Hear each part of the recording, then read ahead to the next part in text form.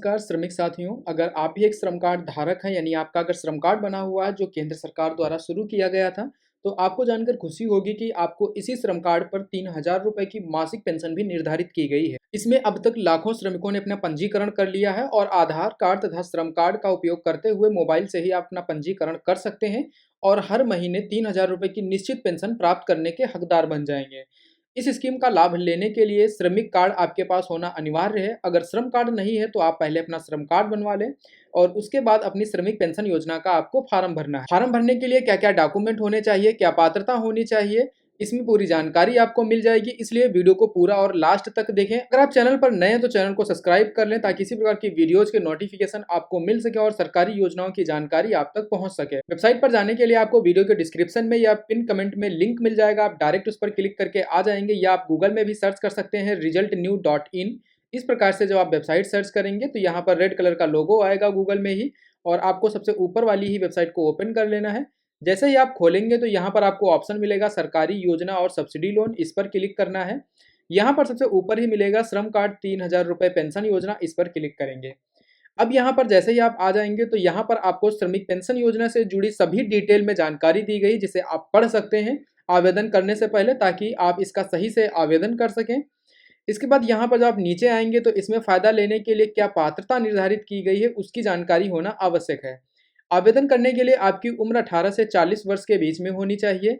इसमें आवेदन कौन कौन कर सकता है तो इसके लिए यहाँ पर कुछ जानकारी दी गई, जैसे कि घरेलू कामगार, रेहड़ी पटरी वाले, दिहाड़ी मजदूर, ऑटो ड्राइवर, कंस्ट्रक्शन वर्कर इत्यादि प्रकार के जो भी वर्कर हैं जो काम करते हैं वो सभी इस पेंशन योजना में अप्लाई कर सकते हैं। इसमें अप्लाई कौन कौन नहीं कर सकता है, तो जो ITR फाइल करते हैं या इनकम टैक्स देते हैं वो श्रम कार्ड में पेंशन योजना का फॉर्म नहीं भर सकते हैं।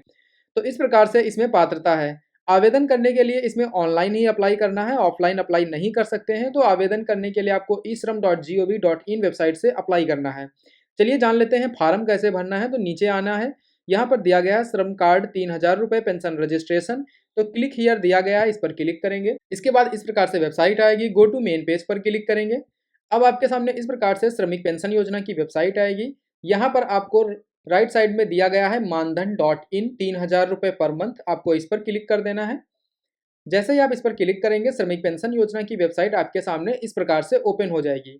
यहाँ पर आपको सबसे ऊपर एक ऑप्शन मिलेगा, देख सकते हैं सर्विस का। इस सर्विस वाले विकल्प पर आना है और न्यू इनरोलमेंट पर क्लिक करना है। इसके बाद यहाँ पर आपको ओके पर क्लिक कर देना है। अब यहाँ पर आपसे पूछा जा रहा है आर यू रजिस्टर्ड इन ई श्रम, तो अगर आपका श्रम कार्ड नहीं बना है तो आप नो पर करेंगे, अगर बना है तो यस पर क्लिक कर देंगे। इसके बाद यहाँ पर अब आपके सामने इस प्रकार से फार्म खुल जाएगा। तो यहाँ पर आपको क्या क्या जानकारी भरनी है, चलिए जान लेते हैं एक जानकारी को कंप्लीट। सबसे पहले यहाँ पर आपको अपनी पर्सनल डिटेल भरनी है, जैसे कि आपका श्रम कार्ड नंबर क्या है तो यहाँ पर अपना श्रम कार्ड नंबर लिख देंगे। इसके बाद आपको अपनी डेट ऑफ बर्थ इस फॉर्म में भरनी है। यहाँ पर नीचे आना है, यहाँ पर आपको अपना आधार कार्ड नंबर लिखना है और वेरीफाई पर क्लिक करना है। आपके आधार से लिंक मोबाइल पर OTP जाएगा, उसे यहाँ पर सबमिट कर देंगे। इसके बाद फिर से नीचे आएंगे तो मोबाइल नंबर लिखेंगे, वेरीफाई पर क्लिक करेंगे तो आपके मोबाइल पर OTP जाएगा, उसे फिर से यहाँ पर वेरीफाई कर देंगे। इसके बाद यहाँ पर आपसे आपकी एड्रेस की डिटेल मांगी जा रही है, यानी आपके निवास की जानकारी। तो यहाँ पर सबसे पहले आपको अपना स्टेट सेलेक्ट कर लेना है। स्टेट सेलेक्ट करने के बाद यहाँ पर आपको अपनी डिस्ट्रिक्ट सेलेक्ट कर लेनी है, कौन सी डिस्ट्रिक्ट है। इसके बाद यहाँ पर आपको अपना पिन कोड दे देना है। इसके बाद यहाँ पर आपको नो पर क्लिक कर देना है। अब इसके बाद नीचे आना है और यहाँ पर अदर डिटेल में पूछा जा रहा है, तो यहाँ पर कैटेगरी आपकी ऑटोमेटिक आधार कार्ड से ले ली जाएगी। इसके बाद यहाँ पर ऑक्यूपेशन पूछा जा रहा है, यानी आप क्या काम करते हैं। तो यहाँ पर जो भी काम दिए गए हैं, देख सकते हैं बहुत सारे ऐसे काम हैं जो श्रमिक पेंशन योजना के अंतर्गत आते हैं, यानी जो भी यहाँ पर काम दिए गए हैं अगर आप इनमें से कोई भी काम करते हैं तो आप श्रमिक पेंशन योजना का फॉर्म भर सकते हैं।